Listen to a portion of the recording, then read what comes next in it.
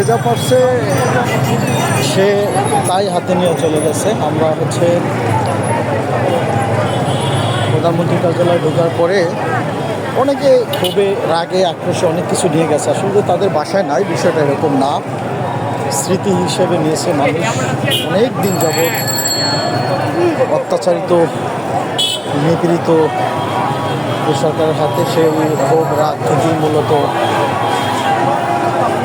প্রধানমন্ত্রীর কার্যালয়ের ভিতরে ঢোকার পরে যে যা পেয়েছে নিয়ে গেছে। আমিও সুযোগ পেয়েছি যখন আমি একটা পুরাতন ভাঙ্গা ফ্লাক্স মামপট নিয়েছি।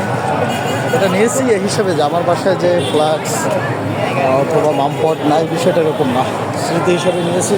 অনেকেই অনেক কিছু নিয়েছে। আমার পিছনে দেখা যাচ্ছে একটা চেয়ার নিচ্ছে, এর আগে সোফা নিয়েছে, তারপরে কেউ পিসি মনিটর, এভাবে যার যেটা সামনে পড়ছে পছন্দ হয়েছে, বিষয়টা এরকম না। যার যেটা সামনে পড়ছে অনেকেই নিয়ে গিয়েছে।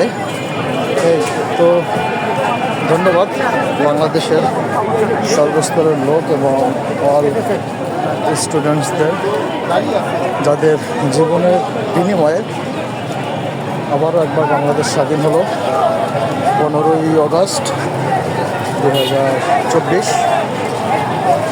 অনেক কষ্ট করছি, অনেক পরিশ্রম করছি, ভালো লাগতেছে। পরিশ্রম মনে হচ্ছে না, এত কষ্ট করার পরে যখন আমাদের লক্ষ্যে পৌঁছতে পেরেছি তখন আর পরিশ্রম মনে হচ্ছে না। সেই সকাল 8টায় বাসা থেকে বের হয়েছি, এখন প্রবাবলি বিকাল 5টা বাজে।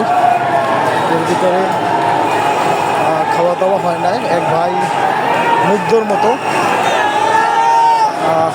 যে নির্মুগ্ধ মেবি, আমি যদি ভুল না করে থাকি, মুগ্ধর মতো পানি দিয়েছিল। অনেকেই পানি দিয়েছে, তার ভিতরে ছোট একটা মুক্ত পানি নামে একটা পানি পেয়েছিলাম। সেটা মেবি 250 মিলি এরকম হবে, খুব ছোট একটা বোতল। এটাই পান করছি, খুবই ক্লান্ত। সবাই আনন্দ উল্লাস করতেছে, বিজয় মিছিল দিচ্ছে, কিন্তু আমার শরীরে আর এনার্জি নাই। তাই গাড়ি তো এখন নাই, সব রোডগুলো হেঁটে হেঁটে বাসায় যাচ্ছি। হয়তো সন্ধ্যার ভিতরে যেতে পারবো না, তাও ট্রাই করতেছি।